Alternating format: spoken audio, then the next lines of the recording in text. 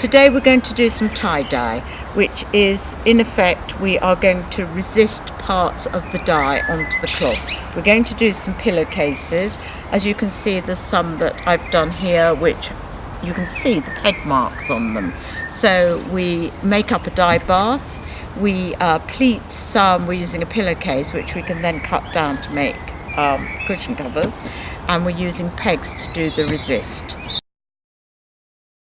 So this is what you're going to need. First of all, a pillowcase, or if you don't want to dye a pillowcase, something that you're going to dye, fabric. Hand dyes, you can get these in a variety of colours, and although I'm using blue and white, or going to dye blue and white, you could do it any colour you want. Pegs, these are just ordinary pegs. I know they're blue, but it's because I've already used them for doing some dyeing. Yeah, so you can get those in any supermarket. Salt, this is just cheapo old salt, 250 grams. Water, you need something to mix up the dye first of all, to measure out the first amount of water. And then you need a dye bath, and we're going to use a bucket. The other thing is we are going to pleat our pillowcase. So we are going to iron the pleats, one iron, and then we are going to peg the pleats, which is where the dye is going to be resisted.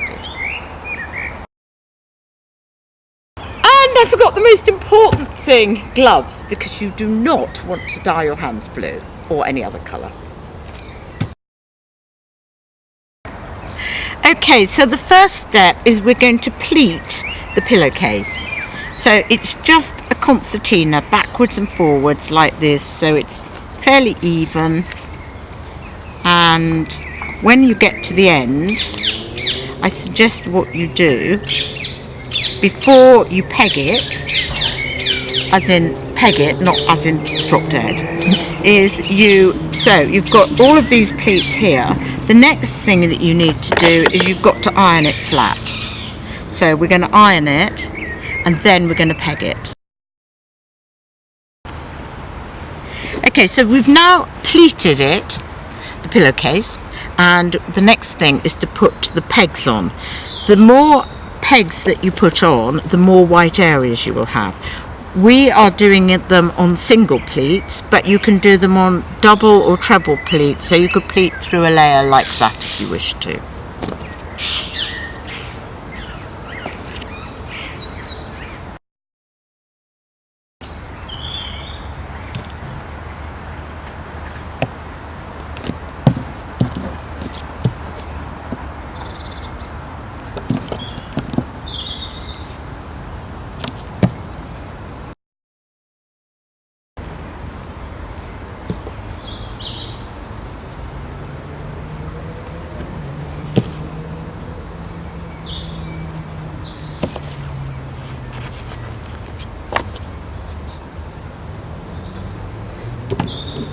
And that's ready now to be wet. Okay, so the next step is you need to wet the fabric before you mix up the dye bath, and because it actually means you don't have to wet it and then mix up a dye bath as well, I'm using the same bucket that I'm going to mix the dye in. So first of all, we wet everything that we are going to dye. So it needs to be thoroughly wet. You leave it with its pegs in, totally soak it, and then take it out, because you don't want bits of dye going on bits of it. You want it to be as you would like it, rather than it being too random. So I'm going to put this to one side.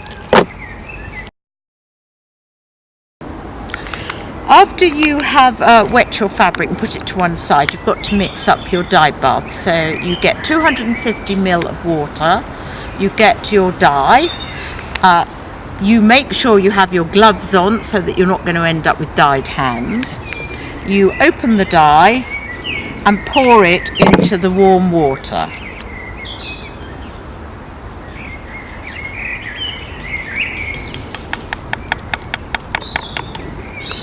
And then you give it a stir.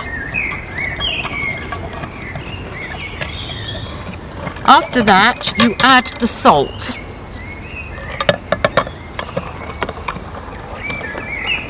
So you have this wonderful mixture. Look how purple it's looking. What's very interesting is at this stage it looks purple, but once it's dyed it goes blue. So this is now going to go into what is going to become our dye bath. And it's all mixed in together. Okay, so we have a dye bath there. And the next job is we put our prepared fabric into the dye bath, and you have to agitate it. So you can't just go away, because otherwise you'll get a rather uneven dye. So you can go away now, because obviously this is going to take me a while. So after an hour, which was 15 minutes of stirring it a lot and then randomly stirring it for the next 45 minutes, I've emptied the dye bath and I've put some fresh water in here, and what you have to do is keep rinsing it until the water runs clear. Once it runs clear, you can then remove the pegs, which is what I'm going to do now, so you can see the marvellous results. So we'll start taking them off, and you can see immediately where the dye hasn't taken, because you've had it resisted by the pegs, and we go all the way through, and then we will end up with a pattern.